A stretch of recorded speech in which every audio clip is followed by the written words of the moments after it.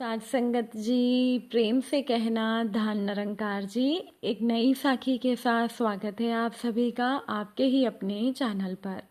आज की साखी का विषय है कि सुदामा जैसा मित्र मिलना ये तो किस्मत की बात है।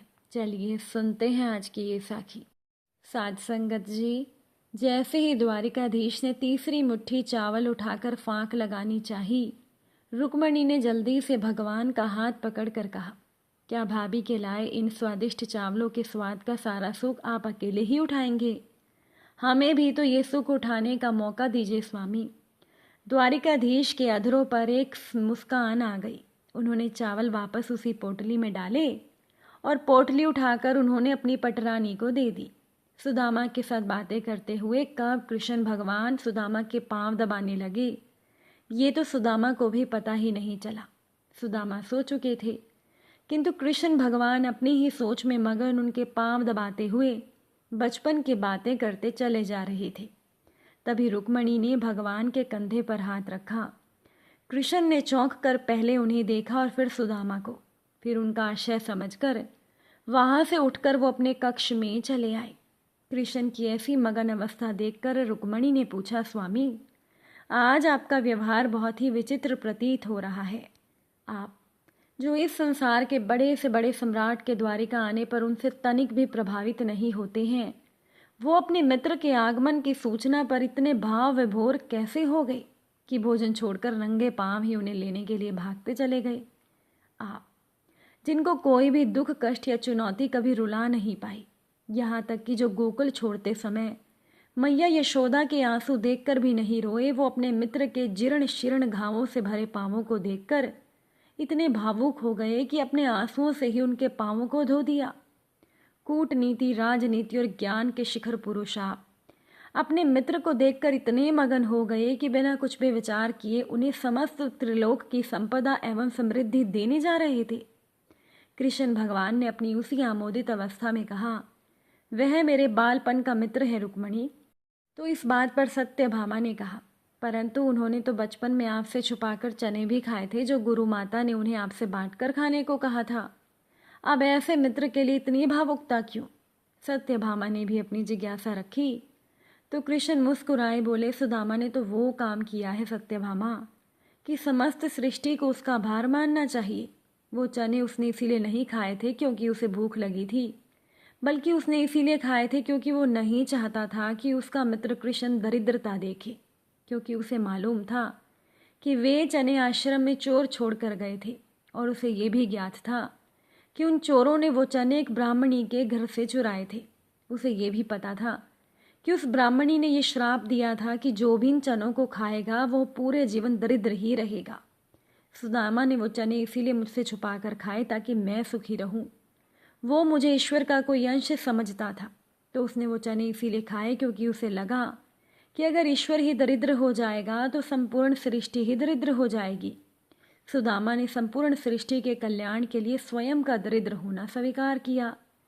रुक्मणी के मुख से खुद ही निकला इतना बड़ा त्याग। भगवान कृष्ण बोले, मेरा मित्र ब्राह्मण है रुक्मणी, और ब्राह्मण तो ज्ञानी और त्यागी ही होते हैं। उनमें जन कल्याण की भावना कूट कूट कर भरी होती है। इक्का दुक्का अपवादों को यदि छोड़ दिया जाए तो ब्राह्मण ऐसे ही होते हैं। अब तुम ही बताओ कि ऐसे मित्र के लिए हृदय में प्रेम नहीं होगा उत्पन्न तो और क्या होगा? गोकुल छोड़ते हुए मैं इसीलिए नहीं रोया था क्योंकि यदि मैं रोता तो मेरी मैया यशोदा तो प्राण ही छोड़ देती, परंतु मेरे मित्र के ऐसे पांव देखकर, उनमें ऐसे घावों को देखकर मेरा हृदय भर आया रुक्मणी। उसके पांवों में ऐसे घाव और जीवन में उसकी ऐसी दशा मात्र इसीलिए हुई क्योंकि वो अपने इस मित्र का भला चाहता था। पता है रुक्मणी, परिवार को छोड़कर किसी और ने भी कभी इस कृष्ण का इतना भला नहीं चाहा। लोग तो मुझसे उनका भला करने की अपेक्षा रखते हैं। बस सुदामा जैसे मित्र ही होते हैं जो अपने मित्र के सुख के लिए स्वेच्छा से दरिद्रता एवं कष्ट का आवरण ओढ़ लेते हैं। ऐसे मित्र दुर्लभ होते हैं और न जाने किन पुण्यों के फल स्वरूप मिलते हैं। अब ऐसे मित्र को यदि त्रिलोक की समस्त संपदा भी दे दी जाए तो भी कम होगा रुक्मणी। कृष्ण अपनी भावुकता से भर्राए हुए स्वर में बोले। इधर कक्ष में समस्त रानियों के नेत्र सजल थे और उधर कक्ष के बाहर सब कुछ सुन रहे सुदामा जी के नेत्रों से गंगा यमुना बह रही थी। साथ संगत जी, एक बेटे के अनेक मित्र थे जिसका उसे बहुत घमंड था। और जो उस लड़के के पिता थे उनका तो एक ही मित्र था, लेकिन जो था बहुत सच्चा। एक दिन पिता ने बेटे को कह दिया, तेरे तो बहुत सारे मित्र हैं, उनमें से आज रात तेरे सबसे अच्छे मित्र की परीक्षा लेते हैं। बेटा खुशी खुशी तैयार हो गया। रात को 2 बजे दोनों बेटे के सबसे घनिष्ठ मित्र के घर पहुंचे। बेटे ने दरवाज़ा खटखटाया, दरवाज़ा नहीं खुला। बार बार दरवाज़ा खटखटाने के बाद अंदर से बेटे का दोस्त उसकी माँ को कह रहा था, माँ कह दे कि मैं घर नहीं हूँ। ये सुनकर बेटा उदास हो गया, अतः निराश होकर दोनों बाप बेटा लौट आए। फिर पिता ने कहा, बेटा आज तुझे मैं मेरे अपने मित्र से मिलवाना चाहता हूँ। तो वो दोनों पिता के मित्र के घर पहुँचे। पिता ने अपने मित्र को आवाज़ लगाई। उधर से जवाब आया कि ठहरना मित्र, 2 मिनट में मैं दरवाज़ा खोलता हूँ। जब दरवाज़ा खोला तो पिता के मित्र के एक हाथ में रुपयों की थैली थी और दूसरे हाथ में तलवार थी। अब पिता ने पूछा, ये क्या है मित्र? मित्र ने कहा कि अगर मेरे मित्र ने 2 बजे रात को मेरा दरवाज़ा खटखटाया है तो इसका मतलब ज़रूर वो किसी मुसीबत में होगा। और मुसीबत तो 2 तरह की होती है, या तो रुपयों पैसों की मुसीबत हो या फिर किसी से झगड़ा हो गया हो।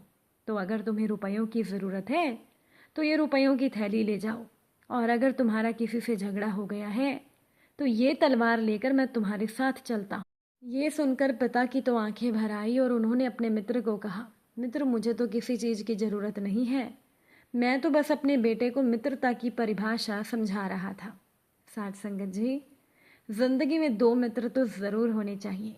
एक कृष्ण जो ना लड़े फिर भी जीत पक्की कर दे, और दूसरा कर्ण जो हार सामने हो फिर भी साथ ना छोड़े। इसीलिए जो भी मित्र चुने नेक चुने। साथ संगत जी, पड़े पीठ पे जोर की थप्पी, समझ लेना मित्र आया है। चुपके से आंखें ढक ले, समझ लेना मित्र आया है। ऊंचे स्वर में नाम ले पुकारे, समझ लेना कि मित्र आया है। बिना कहे आ जाए घर में तो समझ लेना मित्र आया है। चेहरा देख उदासी पड़ ले, समझ लेना मित्र आया है। फैसले को जब टॉस उछले, समझ लेना मित्र आया है। जेब ढीली करने में हो झगड़े तो समझ लेना मित्र आया है। डांट पड़े जब गलती पर तो समझ लेना मित्र आया है। खुल जाए बंद किताब के पन्ने, समझ लेना मित्र आया है। खाते देख संग बैठ जाए, समझ लेना मित्र आया है। भूमिका में ही कथा पढ़ ले, समझ लेना मित्र आया है। रात लड़े सुबह खुद ही आ जाए तो समझ लेना कि मित्र आया है। अच्छे मित्र, सच्चे मित्र ज़िंदगी में बहुत किस्मत से मिलते हैं।